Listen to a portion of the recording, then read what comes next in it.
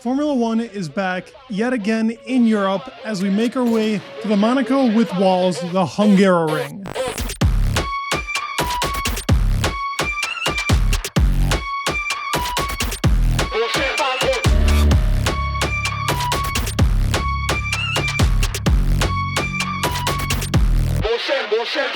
This track has been on the Formula One calendar for a very long period of time, and many of legendary and iconic moments have happened here. While I did state the track is pretty much a Monaco without the walls, it's given us some incredible overtakes and overall masterclass performances. Speaking of which, the Alonso overtake on Michael was incredible to watch, and he's had his fair share of moments in Hungary, to defending like a lion in 2021 in an Alpine that really shouldn't have been able to defend Lewis for the amount of laps that it did. This is definitely one of his specialty tracks, especially in his prime days with the Renault car, and if Aston gives him a car, he'll definitely put on a performance. Ocon got his first victory in Formula One in 2021, and while it did come from a pretty chaotic start in the beginning, with plenty of cars going off and just overall a lot of drivers being out of the race, like Max, who had half his floor taken off, and Lewis completely blundering a strategy due to Mercedes,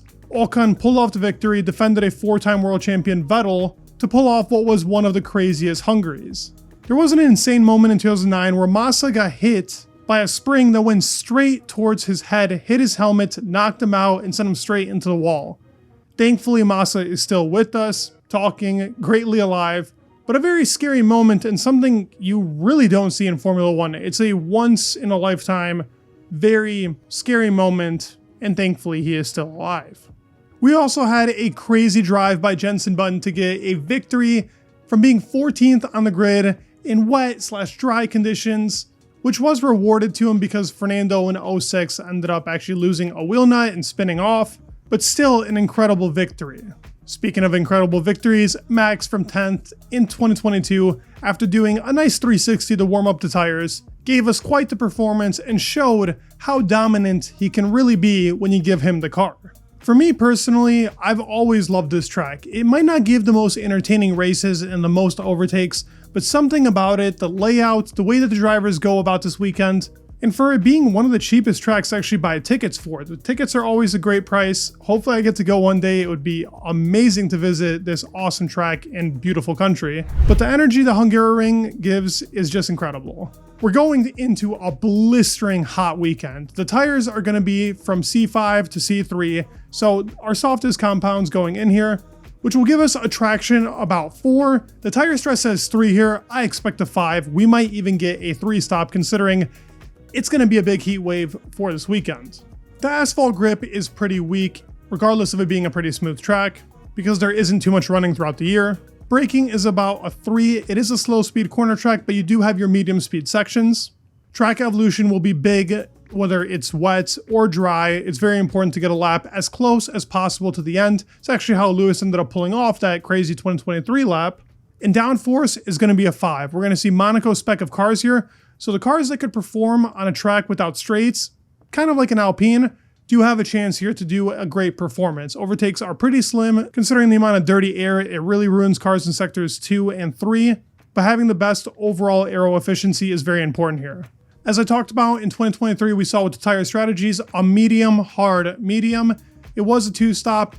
Max got a pretty convincing victory. It was nice to see that Lando and the McLaren finally stepped up in those slow speed corners. They thought they wouldn't be good here.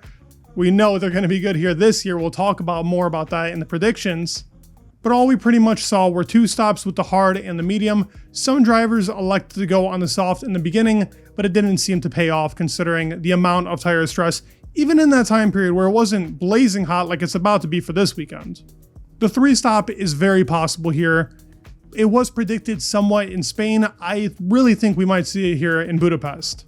But with that all out of the way, let's go over the track and a rundown of a lap on the Hungaroring. Starting the only straight you pretty much have here in Hungary, which is also DRS zone and probably the best chance of overtakes, we make our way into turn 1, where braking as hard as possible is very important to be able to turn your car around, hit the next DRS zone, where it is possible to make overtakes, but very slim.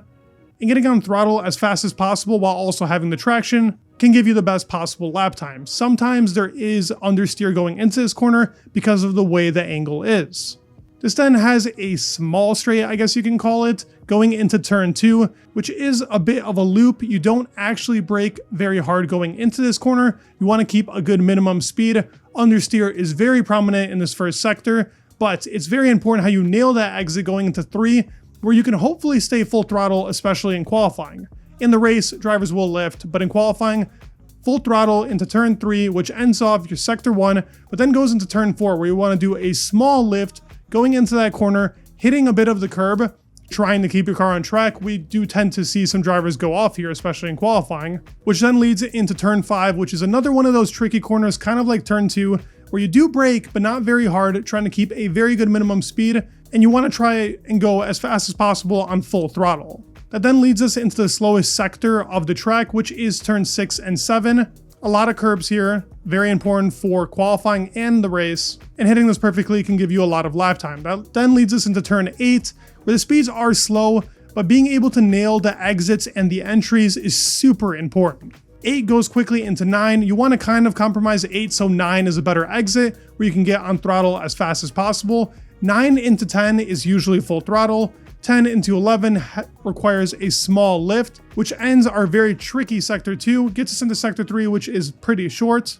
We go into a very hard braking zone into turn 12, which then leads into 13, which is a similar corner to 2, but even lower speeds. And getting on throttle is very hard here. Understeer is yet again very prominent on a track like this. And then going into 14, where you will have more minimum speed, yet again, kind of like turn 2, and we will see drivers understeer here very often. But that ends off your lap going into the start-finish line on what's a very tricky track. But let's talk about my predictions, how it's going to go for all the teams and drivers here. As we usually do, we're doing the best, the worst teams, and the top 5. And after this section, I will do the 3 questions. Going over the best teams, it's somewhat simple, but not. Because this track, we could see a resurgence of Ferrari. Red Bull's going to have a bit of a tough time here. It's slow speed. You got curbs.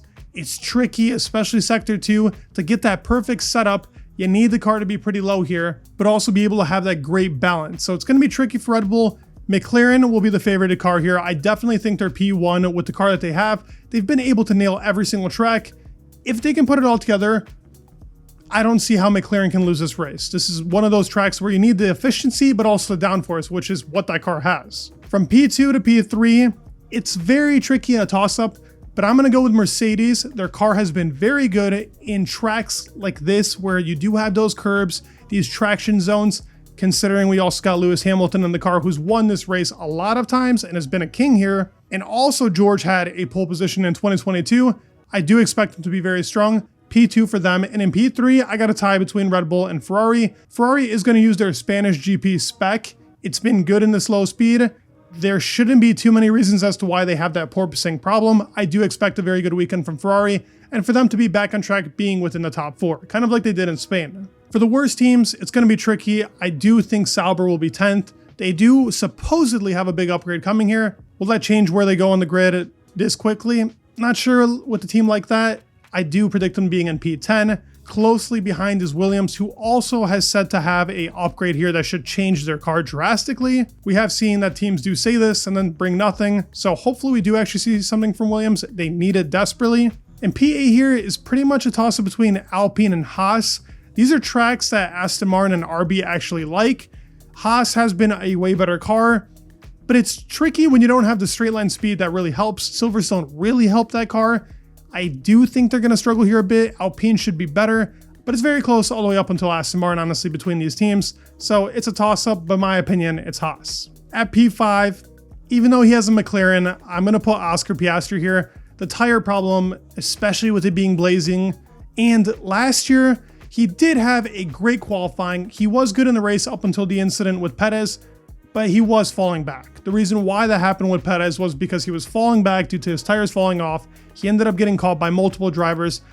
I kind of expect the same thing. Regardless of where he puts it, even if it's P1, I can still see him finishing in P5 just because he can't control the tire stress as much as drivers like Max and Lewis and Lando in that car as well. That does kind of give you a hint where it's going to go from P4 to P1. In P4, I think we're going to see George Russell here. He's also a bit weaker on that tire wear when it comes to these types of tracks. I do expect him to be still within this top 5, a bit better than Piastri, but still fighting amongst those P4 and P5, which I think P1 to P3 will be very close.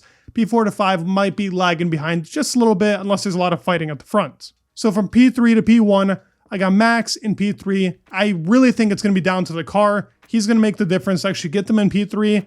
We saw how much they struggled in Silverstone, even in the dry weather. They made a great decision. They are the best team when it comes to strategy, how they optimize their race weekend in general, even with the car not being there. And Max is the best driver to be able to optimize the team's decisions. So as long as they make the right decisions, I can see a P3 finish for them. Unfortunately, I think Lewis will finish P2, and Lando will finally get that second victory of the year. Lewis, because he's always been a master in these conditions with the tires, and especially because the W15 is getting an update. He's also been very strong as of lately with the form, and the Hungaroring is one of his favorites. I think the McLaren is just going to be too strong for Lewis to get that P1. It's possible. I will have it up in the air, but P2 is my opinion. I'd love to hear yours down in the comments below. Lando for his second victory. Let's get into the 3 questions before ending the video. So this is a new section. I thought this would be cool to just end off this video. First question we got, is Ferrari going to be back? Because this is a Monaco-like circuit. And as I stated before, I do believe Ferrari will be back in the fight, be a top 4 between these teams. I don't see them finishing the top 5 purely because I think the 5 drivers that are finishing there without the problems are the better drivers in the current cars that they have, or the better car and driver combination as of currently. The Ferrari still is lagging. It should be a much better track. Leclerc and Carlos, it's up to them to make the difference, and the strategy team. It's possible, but I don't really see them in the top 5 as of right now. They will be back to a way more competitive car. And that question was by Saipu16. The second question is, if there were to be an unexpected winner like Ocon in 2021, who would you put your money on and why? Now, I think the only answer, and it might be a bit obvious, as an unexpected winner just because of the form they've recently been in, I would say Fernando is the only driver I could see get a victory unexpectedly. The Aston Martin car has shown some pace in some tracks, maybe something like Singapore. It's possible here if the update really does some magic and they can somehow pull off what Ocon did in 21, as you said, but it would require still a lot of luck with the top 4 teams being so strong in pace. I don't think any car is capable of winning unless a lot of crazy stuff happens in the front. But Fernando is probably who I'm going to put up there. I don't think Lance could pull it off. The Haas cars are still lagging behind a good amount from the top teams. RB, same thing for them. Alpine, I don't expect them to win either, so it's got to be Fernando. That question was by AVD. And last question by FTXBU.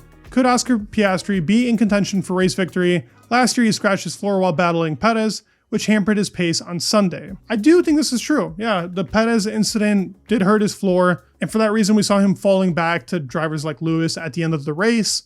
But he also was falling back slowly anyways. Perez would have caught him. He did catch him. Oscar tried overtaking him back again. I do think he's a little bit better on his tires this year. His actual qualifying pace is, if not faster than Lando, and the kid's got balls. He goes for it in every single corner and genuinely races really hard. So I do think there's a chance, but with the tire problem, that's why I have him in P5. And I think that really hampers his pace because he just puts it all out on the tires. If it's a 3-stop, then it's possible because every driver will be pushing super hard. So it's up there, but I don't believe it. I hope you guys enjoyed the video. If you did, please give it a like and subscribe. It would mean the world, and peace.